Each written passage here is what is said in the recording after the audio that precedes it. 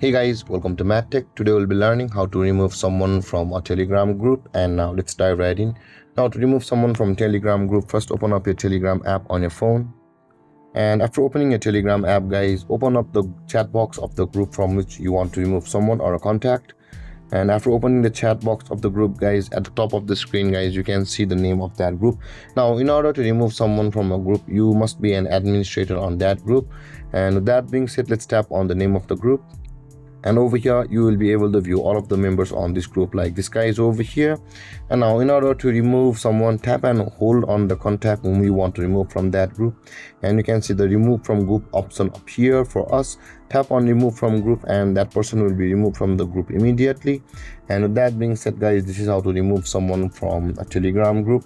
And if you have any confusions or questions regarding the topic, feel free to comment in the comment section below, and don't forget to like, subscribe and hit that bell icon for more videos.